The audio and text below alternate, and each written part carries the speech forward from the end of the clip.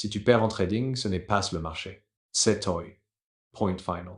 Tu n'as pas un problème de stratégie. Tu as un problème de discipline. Tu n'attends pas. Tu forces les trades. Tu coupes tes gagnants trop tôt. Tu laisses courir tes pertes. Tu trades parce que tu stresses, pas parce que tu as un setup. Tu te mens chaque jour en appelant ça opportunité. Et tu le sais. Tu as déjà vu ta main cliquer alors que tu avais juré d'attendre. Tu as déjà augmenté sa taille pour te refaire. Tu as déjà détruit une bonne semaine en 10 minutes. Tu as déjà vu ton compte fondre, mais tu n'as pas coupé. Le marché n'a rien à voir avec ça. Le chaos vient de toi. Et tant que tu refuses de l'admettre, tu vas continuer à perdre encore, encore, encore. Je vais être clair avec toi. Moi aussi, j'ai fait exactement les mêmes erreurs que toi. Je me croyais discipliné, jusqu'au jour où le marché m'a montré qui j'étais vraiment. Je me souviens encore de ce matin-là. J'ai ouvert mon compte et j'ai vu 78% de mon capital disparu en quelques jours. Pas à cause d'un krach, pas à cause d'une news imprévisible. Juste parce que je n'ai pas su me contrôler. Je laissais courir mes pertes parce que ça allait revenir. Je prenais des trades sans setup parce que j'avais peur de manquer. Je me battais contre le marché au lieu d'admettre que le problème venait de moi. Et la vérité, c'est que je n'étais pas spécial. J'étais exactement comme 95% des traders, trop émotif, trop impatient, trop dépendant du marché pour valider mon ego. Ce jour-là, le marché ne m'a pas puni. Il m'a réveillé. Il m'a forcé à voir une version de moi-même que j'évitais depuis longtemps. Et c'est à partir de ce moment que tout a commencé à changer. Après cette chute, j'ai enfin compris quelque chose que personne ne t'apprend vraiment. Le trading n'est pas un test de stratégie, c'est un test de caractère. Tu peux connaître tous les setups du monde PO3, SMT, Breakers, Liquidity, mais si tu n'arrives pas à rester calme quand le prix bouge, si tu n'arrives pas à attendre ton moment, si tu n'arrives pas à couper une perte quand il le faut, alors tu n'es pas un trader, tu es juste quelqu'un qui clique. Le marché ne récompense pas les intelligents, il récompense les patients. Il récompense les disciplinés. Il récompense ceux qui savent dire non. Non au bruit, non à l'impulsion, non à l'ego. Et c'est exactement là que tout change. Le jour où tu arrêtes de chercher la stratégie parfaite et que tu commences enfin à travailler sur toi-même.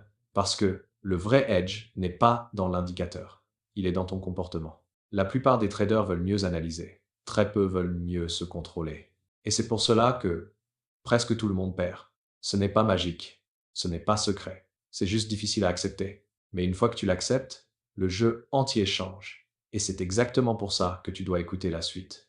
Parce que l'histoire que tu vas entendre maintenant n'est pas celle d'un génie du marché, ni d'un gars chanceux qui a appuyé au bon moment. C'est l'histoire d'un trader comme toi, qui a vécu les mêmes erreurs, les mêmes peurs, les mêmes chutes, et qui a tout transformé en changeant une chose, lui-même.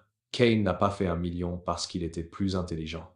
Il l'a fait parce qu'il a appris à se maîtriser mieux que les autres. Il a connu la ruine totale. Il a vécu la panique.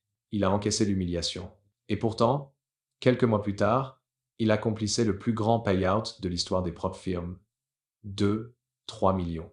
Pas grâce à un secret caché. Pas grâce à un indicateur magique. Mais grâce à une discipline presque monastique. Si tu veux comprendre comment un trader ordinaire a réussi ce que 99% n'atteindront jamais, si tu veux voir ce que la discipline peut réellement changer dans une vie de trading, alors restez.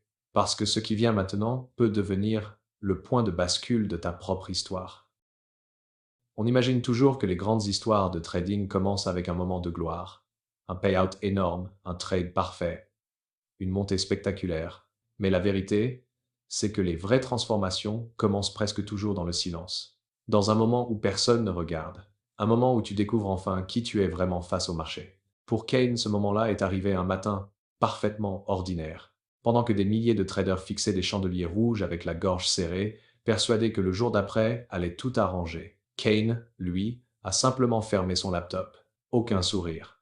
Aucune célébration. Aucun message dans un groupe Discord. Juste un geste simple. Après avoir vu un nombre que presque personne ne verra jamais dans sa vie. 2-3 millions de dollars de payout. Le plus grand jamais enregistré par une propre firme. Et pourtant, ce n'est pas là que son histoire devient intéressante. Ce qui choque vraiment, c'est ceci. Un mois plus tôt, il n'avait que 130 000 dollars sur son compte. Pas 130 millions. Pas un portefeuille diversifié. Pas son backing massif. Juste 130 000 dollars et un niveau de discipline hors norme Alors comment un trader peut-il multiplier ce capital par presque 20 en l'espace de 4 semaines?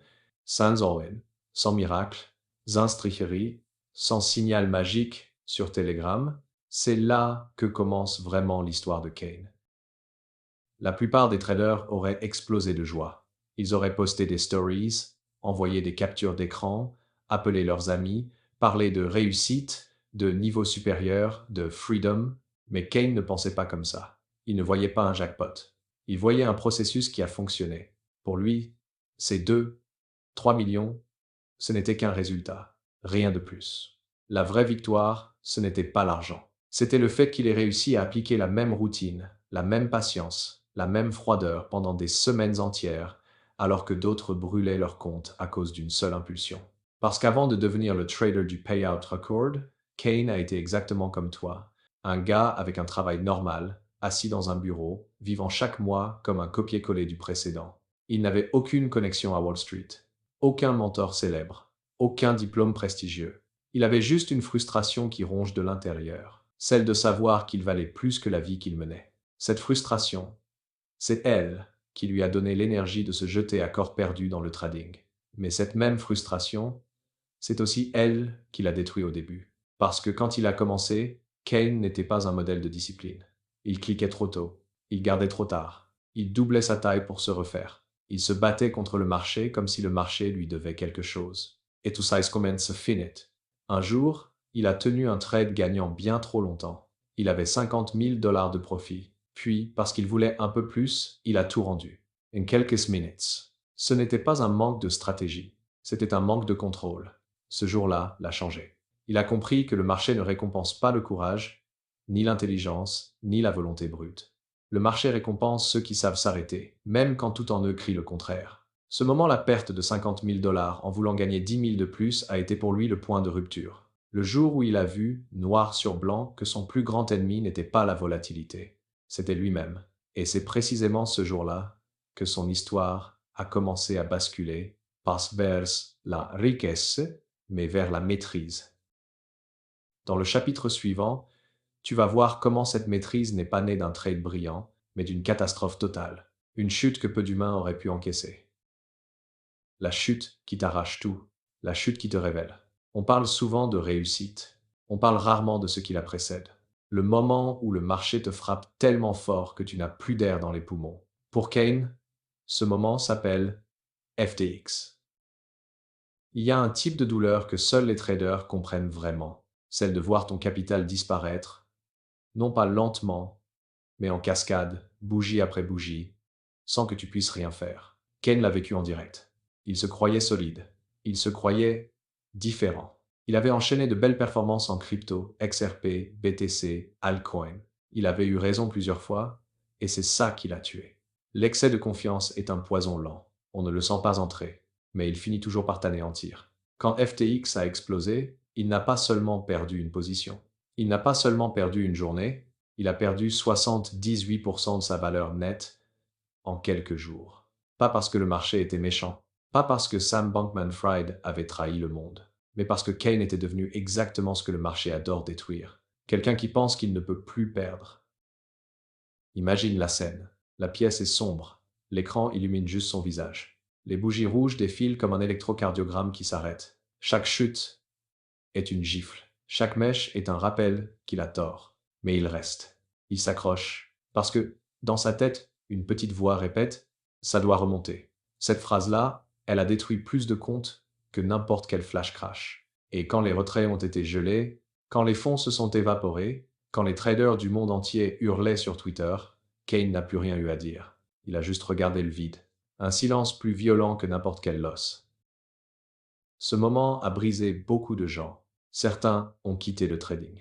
D'autres ont sombré dans le tilt, le revenge trade, le chaos. Kane, lui, a fait quelque chose que très peu ont le courage de faire. Il s'est accusé lui-même, pas le marché, pas FTX, pas la manipulation, pas la malchance. Il a compris un principe simple mais brutal. Tant que tu cherches un coupable à l'extérieur, tu restes un amateur. Les professionnels, eux, prennent tout sur leurs épaules, parce qu'ils savent que c'est la seule manière de reprendre le contrôle. Et ce soir-là, en perdant presque tout, Kane a récupéré quelque chose que l'argent ne peut pas acheter. La lucidité. Il a enfin vu ce qu'il refusait de voir depuis des mois. Il tradait trop. Il tradait partout.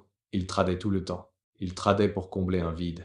Il tradait pour prouver quelque chose. Il tradait parce que la crypto ne dort jamais, et lui non plus. Il n'avait plus une vie. Il n'avait plus un rythme. Il n'avait plus un cerveau fonctionnel. Il avait une addiction. Et la crypto, avec son 24 heures, 24, 7 joules 7, l'avait avalé tout entier. FTX n'a pas détruit sa carrière. FTX l'a obligé à admettre qu'il n'était plus aux commandes depuis longtemps. Cette chute-là n'était pas seulement financière, c'était une chute intérieure. La plupart des traders auraient arrêté là. Kane, non, parce que sous les décombres, il restait une étincelle, la volonté de comprendre ce qui l'avait mené à l'excès, la volonté de reprendre le contrôle, la volonté de ne plus jamais laisser un marché dicter sa vie, et cette volonté va le pousser vers un choix radical, un choix que très peu osent faire, un choix qui allait changer sa trajectoire pour toujours. Dans le chapitre suivant, tu vas découvrir comment Kane a quitté le chaos pour trouver un marché où sa discipline pouvait enfin gagner. Après l'effondrement, la plupart des traders cherchent un nouveau coup, une nouvelle stratégie, un nouvel indicateur, un nouvel espoir. Kane, lui, savait que ce n'était pas ça le problème. Ce n'était pas la technique qui l'avait détruit, c'était le cadre dans lequel il évoluait. La crypto, avec son ouverture 24/7, ses swings nocturnes, ses pumps imprévisibles, ses pièges permanents, avait transformé son cerveau en champ de bataille. Il n'avait plus de pause, plus de séparation, plus de frontières entre sa vie et son trading. Et sans frontières, il n'y a pas de discipline possible. C'est ce jour-là qu'il a pris une décision que très peu de traders ont le courage de prendre. Il a quitté la crypto froidement, définitivement, pas par peur, pas par dégoût, mais parce qu'il avait enfin compris ceci. Tu ne peux pas devenir discipliné dans un environnement qui détruit la discipline. Tu peux avoir la meilleure volonté du monde.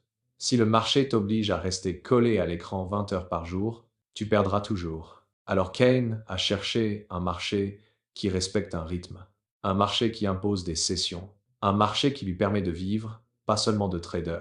C'est comme ça qu'il a découvert les futurs. La première fois qu'il a compris la mécanique des sessions, Londres, New York assis.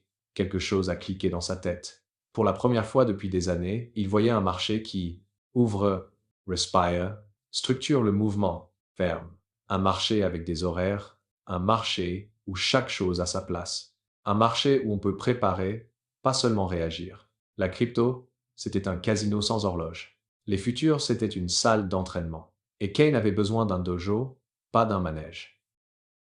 Imagine-le maintenant. Il est 9h15, heure de New York. Le marché commence à chauffer. Le volume monte. Le bruit s'installe. Twitter s'affole.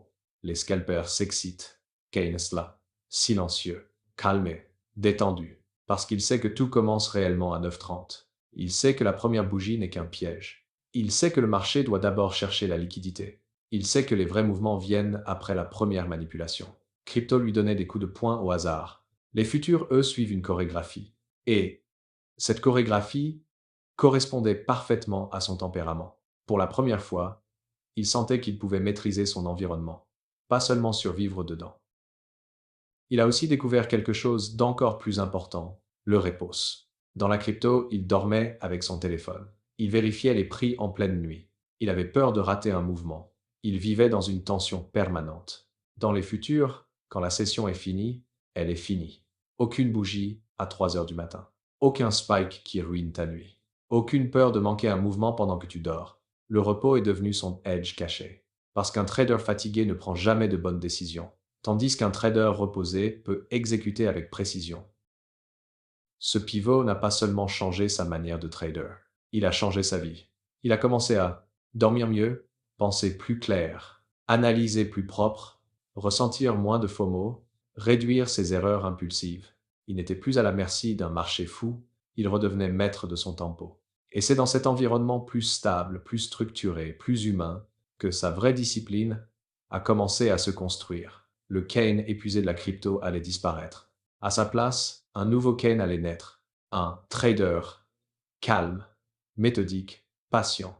Dans le prochain chapitre, tu vas découvrir comment ce nouveau cadre l'a mené à son edge unique. une manière de lire le marché que très peu maîtrisent réellement. Quand Kane est arrivé sur les futurs, il a compris très vite une chose. Les traders ne perdent pas parce qu'ils manquent d'informations. Ils perdent parce qu'ils regardent trop et voient trop peu. Il y a des milliers de lignes, d'indicateurs, de patterns, de théories. Mais dans le bruit, très peu savent reconnaître le récit du marché. Le marché n'est pas aléatoire. Il répète des habitudes. Il laisse des empreintes. Et c'est en apprenant à lire ces empreintes que Kane a construit son edge, un edge simple, mais pas facile. Le marché a 3 actes, toujours les mêmes, depuis des décennies. Accumulation, Manipulation, Distribution, qu'on appelle les scripts. La majorité des traders ne voient que la partie du milieu, la manipulation, là où tout part dans tous les sens, là où on se fait piéger, là où on clique trop vite. Mais si tu regardes plus profondément, tu vois que ce chaos n'est pas du chaos. C'est un piège structuré pour aller chercher la liquidité, là où se trouvent les stops de 90% des traders. Et c'est exactement là que Kane intervient.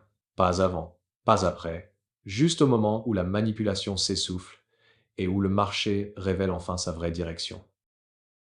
Mais il lui manquait encore un outil pour confirmer ses lectures, le SMT Divergence. C'est simple, compare deux marchés qui devraient bouger ensemble. Quand l'un casse un niveau et que l'autre refuse de suivre, ce n'est pas un signe de force, c'est un mensonge, un faux signal, une main qui essaye d'attirer les traders impulsifs. Pour Kane, ce mensonge est une information en or. Par exemple, les Nasdaq, NQ, KES1, sommet. Mais le SPX reste immobile. Pour la plupart des traders, c'est un breakout. Pour Kane, c'est une chasse à la liquidité. Et dès qu'il voit la mèche, le rejet, le retour sous le niveau psychologique, il sait que la manipulation est terminée. Et t'y frappe. Le troisième pilier de son edge, c'est quelque chose que presque tous les traders reconnaissent, mais que presque aucun ne respecte réellement. Les niveaux psychologiques. Shu Dian Ling Ling Ling, Shu Dian A Wu Ling, Shu Dian Wu Ling Ling. Ces chiffres ne sont pas magiques. Ils sont humains. Les traders y placent leurs stops. Les algos les surveillent. Les institutions les utilisent comme zone d'aspiration. Quand un prix casse un niveau rond, les novices croient au breakout. Puis, 20 secondes plus tard, ils voient un mouvement brutal dans l'autre sens, et ils se font balayer. Kane ne joue pas ces niveaux. Il les attend, il les observe. Il les laisse faire leur travail de nettoyage. Et quand il voit la mèche piéger tous les impatients, il entre dans l'autre sens. Toujours pour la même cible, le milieu de la range. Jamais le run complet. Jamais la lune. Juste le meat of the move. Et cette simplicité répétée encore et encore a fait plus pour son capital que toutes les stratégies complexes qu'il avait testées auparavant.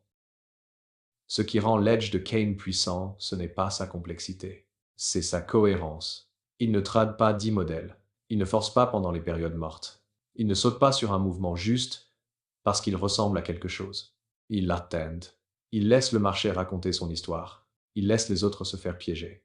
Et quand tout est aligné SMT, plus niveau psychologique, plus fin de manipulation, il exécute sans émotion, sans hésitation, un sniper. Pas un soldat paniqué. L'Edge ne lui donne pas toutes les réponses. Mais il lui donne un avantage énorme. La capacité de reconnaître, dans le chaos apparent, le moment exact où le marché cesse de mentir. C'est ce moment-là qui a construit ses millions. C'est ce moment-là qui a fait sa réputation.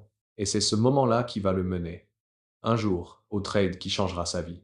Dans le prochain chapitre, tu vas découvrir la fondation invisible derrière cet edge. La maîtrise absolue du risque, ce qui sépare les traders qui survivent des traders qui disparaissent. Demande à n'importe quel trader ce qu'il veut. Il te parlera toujours de gain. Je veux faire 1 R, 5 R, 10 R. Je veux doubler mon compte. Je veux une grosse journée. Mais demande à un trader qui gagne vraiment depuis des années, et il te dira autre chose. Je veux survivre demain. Voilà la différence entre un amateur et un professionnel. Le professionnel pense en termes de survie, pas de performance. Ed Kane l'a compris brutalement. Ce qui rend son edge puissant n'est pas seulement la façon dont il lit le marché, c'est la façon dont il dimensionne chaque trade. Parce que même le meilleur setup du monde ne vaut rien si tu le joues avec un sizing suicidaire. Kane suit une règle simple. Le risque n'est jamais dicté par l'émotion, seulement par le plan. Pas G5 K. Pas de c'est le bon moment. Pas de je vais pousser un peu. Juste des chiffres, juste une structure, juste des probabilités. Voici comment il pense. Une base très petite pour garantir la survie, une augmentation uniquement lorsque le marché confirme. Jamais, jamais ajouter à une position perdante. La plupart des traders font l'inverse. Ils augmentent quand ils ont tort, ils coupent quand ils ont raison. Kane, lui, fait l'inverse exact. Il commence petit. Quand SMT confirme, il ajoute. Quand le niveau psychologique rejette, il ajoute. Quand la structure bascule clairement, il complète sa position. Mais tout cela est construit sur une idée fondamentale. Chaque ajout ne se fait que sur la force, jamais sur l'espoir.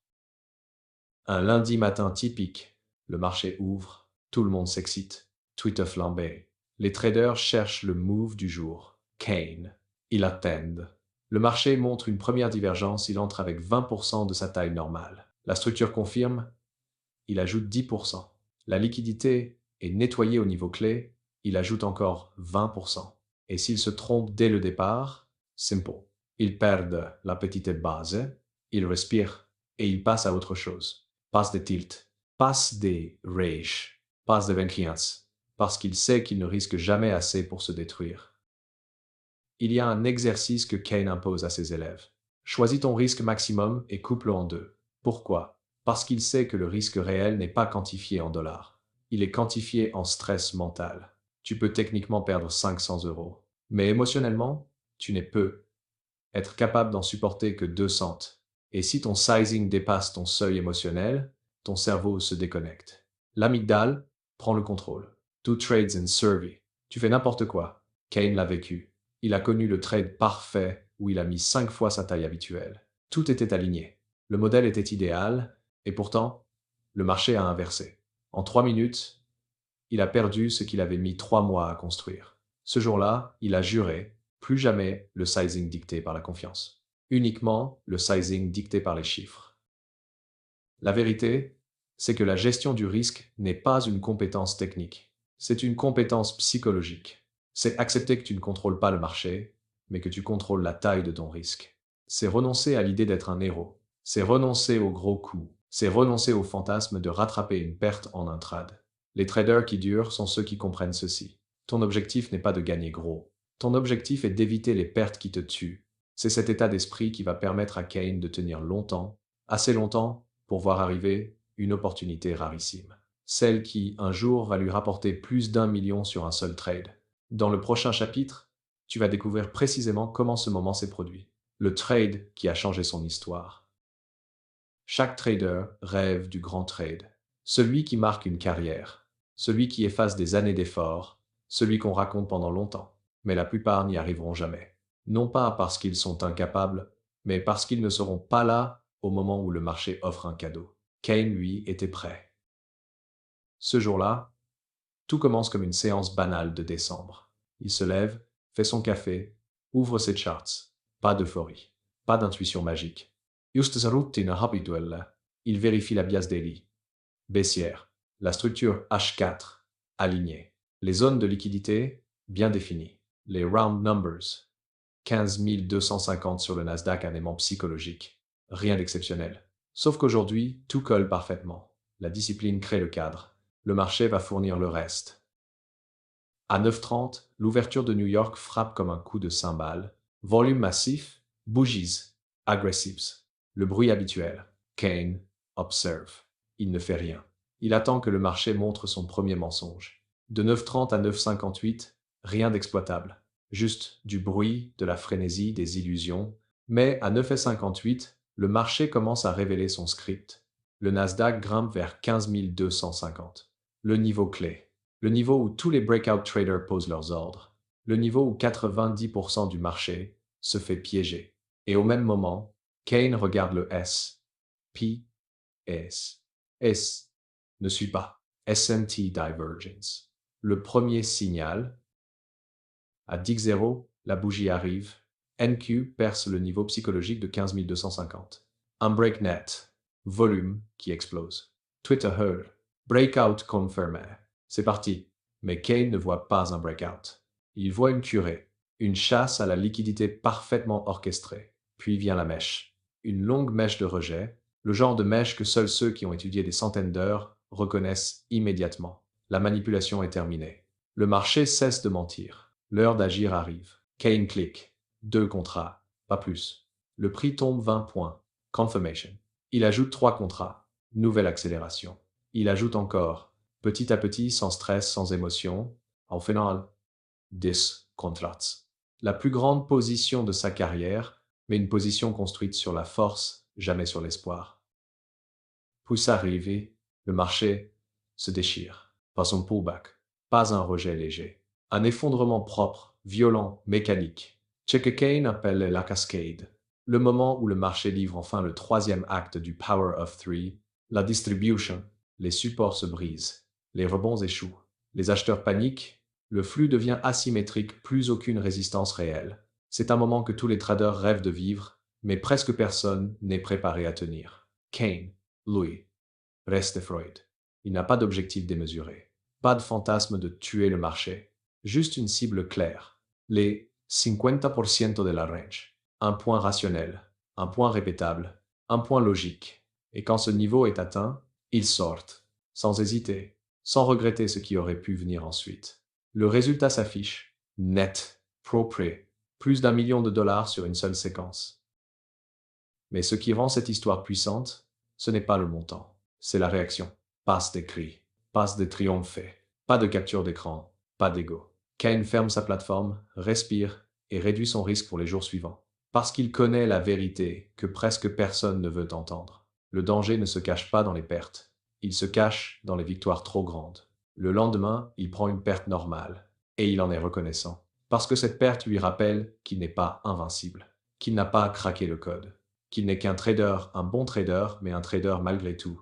Et c'est cette humilité-là, cette lucidité-là, qui a rendu ce trade possible. Dans le prochain chapitre, tu vas découvrir l'épreuve la plus dure que chaque trader rencontre tôt ou tard, la psychologie du quotidien, la nage dans les peurs, l'art de s'exécuter quand le cerveau veut saboter le plan.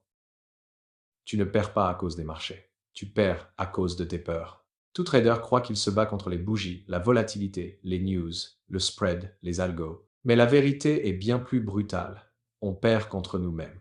Et si tu ne comprends pas quelles peurs dirigent tes décisions, elles te piloteront toute ta carrière. Kane les appelle les 4 peurs primitives, parce qu'elles sont ancrées dans notre cerveau depuis l'époque où l'on vivait dans la savane, pas devant un écran 4K. Et tant que tu n'apprends pas à les dompter, tu restes esclavé. 1. La peur d'avoir tort. C'est la plus toxique. Pas parce qu'elle fait perdre de l'argent, mais parce qu'elle attaque l'ego. Chaque stop-loss te donne l'impression d'être stupide. Chaque trade rouge te fait croire que tu n'es pas fait pour ça. Tu ne veux pas fermer une perte, pas pour sauver ton compte, mais pour sauver ton image. Kane l'a vécu. Il laissait des trades négatifs tourner pendant des heures, juste pour éviter d'admettre qu'il s'était trompé. Résultat, les petites pertes devenaient des catastrophes. Le jour où il a accepté une vérité simple, tout a changé. Avoir tort vite vaut mieux que d'avoir raison tard. 2. La peur de perdre de l'argent. Elle est animale. Elle touche la survie. Là où ton cerveau se met en mode panique, tu vois ta position rouge et ton corps réagit comme si un prédateur te poursuivait. Ton cœur accélère. Ton souffle devient court. Ton jugement se brouille. Kane a réappris à perdre. Il a compris que chaque perte bien gérée n'est pas un échec, mais un billet d'entrée pour les gains futurs. Le marché n'est pas une machine à imprimer de l'argent. C'est une école coûteuse. Et chaque perte est une facture de scolarité. La peur de rater un mouvement. Elle détruit plus de traders que les mauvaises stratégies. Tu vois une bougie verte courir et tu sens la pression dans ta poitrine. Je dois y aller. Là. Maintenant. Tu entres trop tard. Tu te fais piéger. Tu perds. Et tu répètes le cycle. Kane a tué le FOMO en adoptant une vision radicale. Le marché est éternel. Si je rate un mouvement, un autre viendra demain. Cette phrase l'a libéré. Parce que le FOMO naît d'une illusion. La croyance qu'une opportunité est unique. C'est faux. C'est l'ego qui parle, pas la logique. 4. La peur de laisser de l'argent sur la table. C'est la peur la plus subtile. Tu gagnes, yes. Tu prends ton profit. Puis tu vois le marché courir encore 50 points, et soudain ton trade gagnant ressemble à un échec. Tu sens une frustration acide. Tu crois avoir raté quelque chose. Et cette frustration te pousse à ruiner le trade suivant. Kane en rit aujourd'hui, parce qu'il sait que le marché n'est pas là pour payer le maximum. Il est là pour payer ce que ton plan demande. Si tu prends ce que tu avais prévu, c'est un succès. Même si le marché continue. À travers ces 4 peurs, Kane a compris un principe fondamental. Tu ne maîtriseras jamais le marché, mais tu peux te maîtriser toi-même. Et cette maîtrise n'apparaît pas par magie. Elle se construit par des règles si claires, si répétées, qu'elles prennent le dessus sur l'émotion. La discipline n'est pas une qualité. C'est une barrière psychologique qui protège ton cerveau de ses propres pièges. Et cette barrière sera cruciale dans le prochain chapitre. Parce que le danger le plus sournois du trading n'est pas la perte, c'est l'inaction forcée. La capacité de ne rien faire quand tout en toi veut agir. Dans chapitre 8, tu vas découvrir la compétence la plus rare des traders, la discipline monastique, celle qui a façonné le Kane moderne. La plupart des traders pensent que leur problème, c'est qu'ils ne font pas assez, pas assez de trades, pas assez d'analyse, pas assez d'action. Mais la vérité est exactement l'inverse. Tu perds parce que tu fais trop d'impulsivité, trop d'interprétation, trop de clics, trop de brut.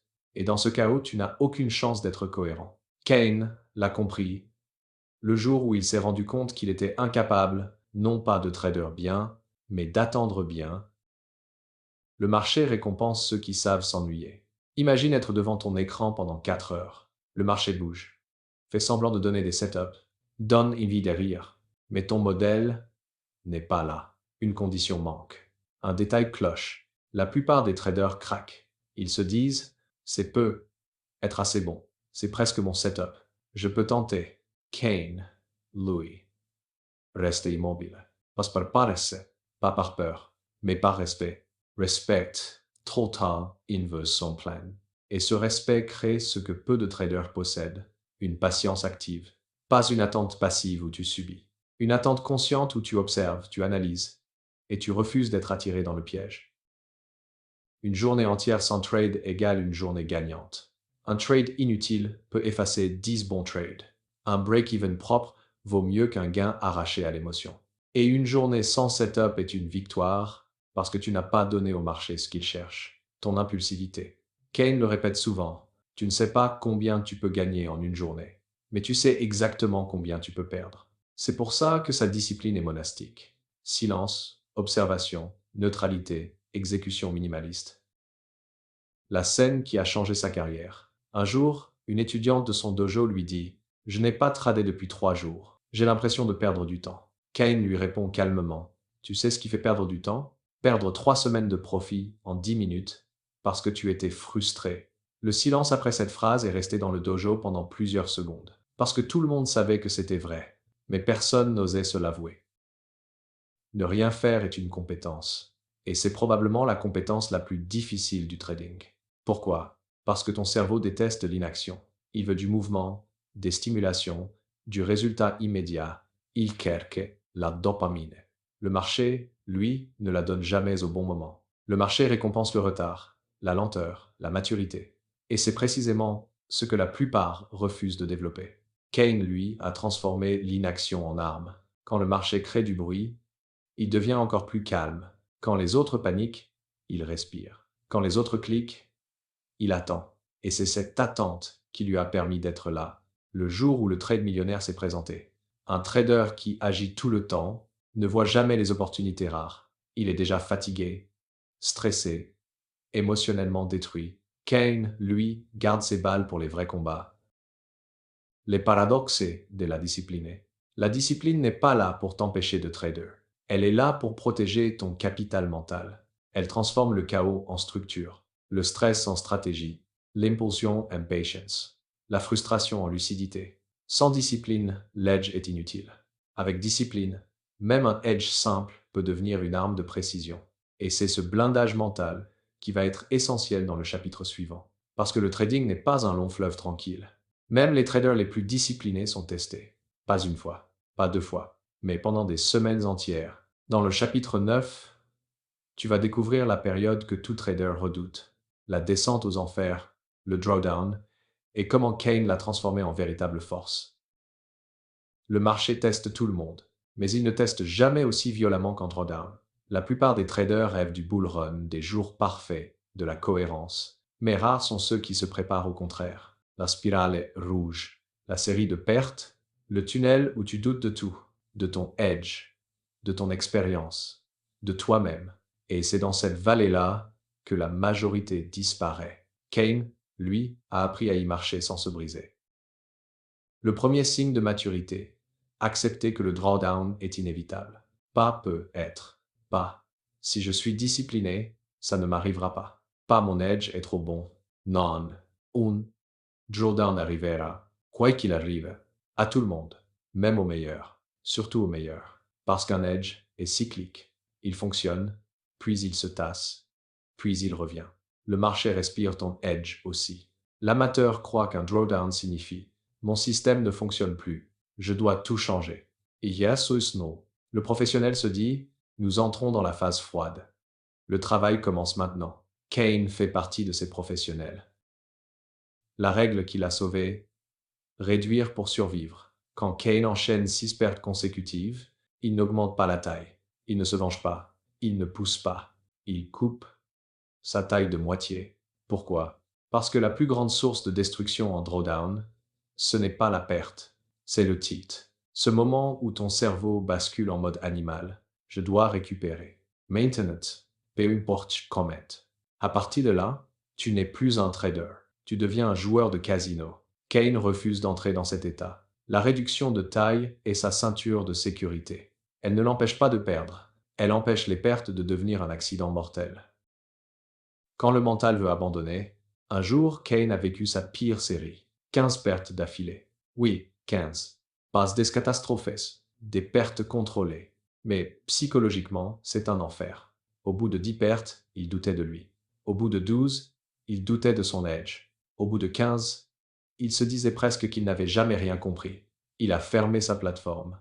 Marché. Silence. Écran noir. Puis, il a ouvert son journal de trading, pas le journal du drawdown, mais celui de sa dernière période gagnante. Il y a retrouvé des setups identiques, des exécutions propres, des confluences logiques, des victoires répétées. Rien n'avait changé dans son edge. Ce n'était qu'un cycle. Et cette simple prise de conscience lui a évité la spirale que 90% des traders n'évitent jamais. Changer de stratégie en plein drawdown. Le lendemain, il est revenu avec un objectif simple. Faire un trade propre. Rien de plus. Le trade a gagné. Puis un autre. Puis un autre. En 2 semaines, il avait tout récupéré. Et il était plus fort qu'avant. Le rituel qui le garde en vie, à chaque période où il va bien, Kane écrit une lettre à Kane on Drawdown. Une lettre simple. Tu traverses un cycle normal. Réduis ta taille, respecte tes règles, prends une pause si nécessaire. Tu es toujours un bon trader. Ne casse rien.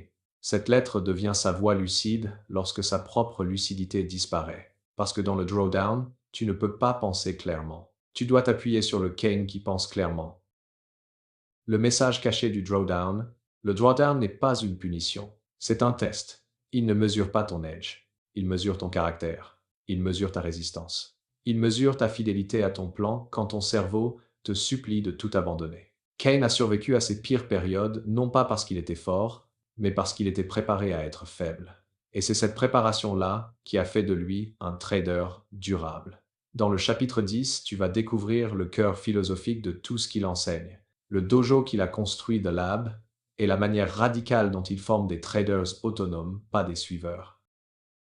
Quand les traders échouent, ils cherchent tous la même chose. Un nouvel indicateur, un nouveau mentor, un nouveau signal, un nouveau Holy Grail.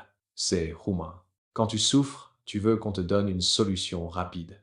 Un bouton magique. Une certitude. Mais Kane a découvert une vérité brutale. Les signaux, les alertes, les groupes te rendent dépendant. Ils te rassurent, mais ils ne te rendent jamais bon. C'est pour ça qu'il a créé The Lab. Pas comme une école, pas comme une communauté motivante, mais comme un dojo, un lieu où tu ne viens pas chercher des trades, tu viens chercher toi-même. The Lab ne donne pas de trade. The Lab forge des traders. Astérisque, astérisque. Pas de Lamborghini en photo de profil. Pas de capture d'écran. Pas de regarde combien j'ai gagné aujourd'hui. Au contraire, The Lab fonctionne sur 3 principes. La vérité, même quand elle fait mal. La répétition, même quand elle ennuie. L'autonomie, même quand elle fait peur. Les jours où Kane ferme son écran sans trader, il montre aussi cela en live. Les gens voient ce que la plupart des gourous cachent. Le trading réel n'est pas constant, n'est pas excitant, n'est pas glamour. Il est long, répétitif, frustrant, mais profondément formateur. Le rituel quotidien, regarder et attendre. Pendant les sessions live, il arrive que 45 minutes passent sans un seul trade. Les nouveaux paniquent. Pourquoi ils ne cliquent pas? Ça bouge pourtant. On perd du temps. Mais les anciens sourient. Ils savent que l'attente fait partie du travail. Puis, d'un coup, SMT, divergence. Sweep de liquidité. Rayette, propre. Ken, entre eux. Littéralement 5 minutes d'action après 45 minutes de silence. Et le trade se termine proprement. C'est là que tu comprends. Dans le trading, le gain est un sous-produit de la discipline, pas de l'activité. Backtesting obligatoire. Le miroir où personne ne ment. Kane impose une règle stricte aux membres. Pas 10 backtests, pas 20, mais des centaines, parfois des milliers. Pas pour devenir expert technique, mais pour affronter la seule réalité qui compte, tes comportements. Quand tu backtestes, tu vois ta précipitation, tu vois ta peur, tu vois tes impulsions, tu vois les conditions que tu sautes, tu vois tes biais. Le graphique devient un miroir que très peu ont le courage de regarder. The Lab t'oblige à regarder. Aucune dépendance autorisée. Beaucoup arrivent avec une mentalité de consommation. Dis-moi quoi faire. Dis-moi quand entrer. Dis-moi quand sortir. Et Kane répond toujours la même chose. Quel est ton backtest? Qu'est-ce que ton plan exige? Cha frustre. Ça pique l'ego. Ça force à réfléchir. Mais c'est intentionnel. Parce qu'un trader dépendant n'est pas un trader. C'est un passager. Et les passagers finissent toujours dans le mur. La chose la plus difficile que The Lab enseigne. La responsabilité totale, pas d'excuses. Pas de c'était la news. Pas de l'algorithme m'a piégé. Passe des chances. Kane exige un niveau de responsabilité que presque aucun trader n'a naturellement. Parce qu'il sait la vérité. Tant que tu ne prends pas 100% de responsabilité, tu ne peux pas prendre 100% du contrôle. Sans contrôle, pas de discipline. Sans discipline, pas de cohérence. Sans cohérence, pas de carrière. The Lab n'est donc pas une méthode. C'est un processus de transformation. Tu ne deviens pas riche, tu deviens bon. Et si tu deviens vraiment bon, l'argent finit toujours par suivre. Dans le chapitre 11, tu vas voir l'autre face du succès de Kane, la réalité crue des prop firms, comment elles élèvent les traders, et comment elles les détruisent quand ils ne comprennent pas les règles du jeu. La fin de l'histoire de Kane ne parle pas d'argent. Elle ne parle pas de chiffres, de contrats ou de graphiques. Elle parle d'une transformation intérieure, lente, douloureuse, essentielle. Ce que beaucoup appellent réussite n'était pour lui qu'un effet secondaire. La vraie victoire se jouait ailleurs, dans ce qu'il devenait. Quand il regarde en arrière, Kane ne voit pas un parcours héroïque. Il voit un homme ordinaire qui a pris une série de décisions difficiles, encore et encore, jusqu'à ce que la discipline devienne plus forte que ses impulsions. Ce qu'il a construit n'est pas une stratégie, mais une version de lui-même capable de survivre là où la plupart brûlent. Sa première grande leçon est simple. L'engagement. Pas le faux engagement des mots ou des résolutions du dimanche soir. Le vrai.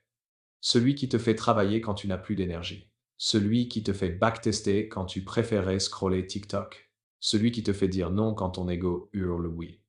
Kane a passé des années à backtester 4 heures par nuit. Il a sacrifié des week-ends. Il a renoncé à la distraction. Il a payé un prix que la plupart refusent de payer. Et le marché l'a remboursé, mais seulement après avoir vérifié 1000 fois qu'il était digne de cette récompense. La deuxième leçon est encore plus importante. Une stratégie ne vaut que si elle correspond à qui tu es vraiment. L'erreur la plus courante des traders, c'est d'essayer de copier un style qui n'est pas le leur. Un agressif qui tente de devenir conservateur. Un impatient qui tente de devenir swing trader. Un intuitif qui tente d'exécuter mécaniquement. Tout cela casse. Kane a construit un edge qui correspond exactement à sa psychologie. Méthodique, calme, précis, patient. C'est pour ça que ça fonctionne. Pas pour une raison technique, mais pour une raison humaine. Sa troisième leçon. Le risque est tout. Tu peux être brillant 9 fois sur 10 et tout détruire à la 10e si ton risque est mal calibré. Le marché punit une seule erreur de sizing bien plus sévèrement qu'une série de mauvais trades. Kane l'a appris à ses dépens, puis il en a fait un dogme, ne jamais risquer plus que ce qu'il peut accepter émotionnellement. Pas financièrement, émotionnellement. Parce que le compte bancaire survit souvent à une grosse perte, le mental, rarement. La quatrième leçon. La psychologie est l'arme secrète, pas la technique. Les graphiques sont disponibles pour tout le monde. Les données aussi. Les concepts aussi. Ce qui sépare l'élite du reste du monde, c'est la capacité à exécuter un plan simple sans trahir ses règles. Cela paraît évident. C'est pourtant ce que presque aucun trader ne sait faire. Parce que ce n'est pas une question de compétence. C'est une question de caractère. La cinquième leçon. La constance vaut plus que le génie. Kane n'a pas bâti sa fortune grâce à des coups extraordinaires. Il l'a bâti en alignant des journées ennuyeuses, des semaines disciplinées, des mois sans drame. Les petits gains répétés créent les grands résultats. Le marché ne récompense pas les éclats. Il récompense ceux qui ne cassent rien. La dernière leçon est la plus profonde.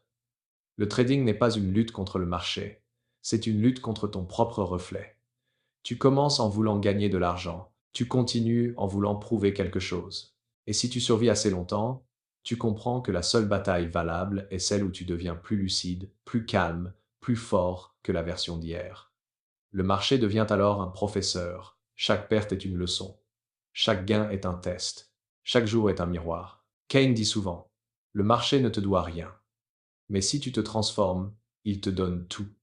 Il n'a pas cherché la richesse. Il a cherché la maîtrise. Et l'argent a suivi comme une conséquence naturelle, jamais comme un objectif. Et c'est ça la vérité que peu veulent entendre. Dans ce jeu, ce n'est pas ce que tu sais qui te rend gagnant, c'est qui tu deviens. Quand tu regardes toute l'histoire de Kane, ce que tu viens d'écouter pendant 1 heure, ce n'est pas un conte de fées. Ce n'est pas l'histoire d'un génie. C'est l'histoire d'un être humain qui a eu le courage d'affronter la seule force qui l'empêchait de réussir, lui-même. Et si tu es encore ici, si tu as tenu jusqu'à ce point, ce n'est pas par hasard. C'est peut-être parce que tu sens, quelque part en toi, que tu vis les mêmes batailles, les mêmes excès, les mêmes peurs, les mêmes contradictions. Le marché ne t'a jamais cherché personnellement, mais il t'a déjà brisé. Il t'a pris ton calme, ton sommeil, ta confiance. Il t'a habitué à réagir, à courir, à espérer. Et dans ce chaos, tu as perdu de vue quelque chose de fondamental. Ce n'est pas le marché que tu dois maîtriser. C'est ton propre fonctionnement, tes réflexes, tes impulsions, ta relation à la peur et au manque. Si l'histoire de Kane te parle, c'est parce qu'elle ressemble peu être à l'histoire que tu es en train d'écrire.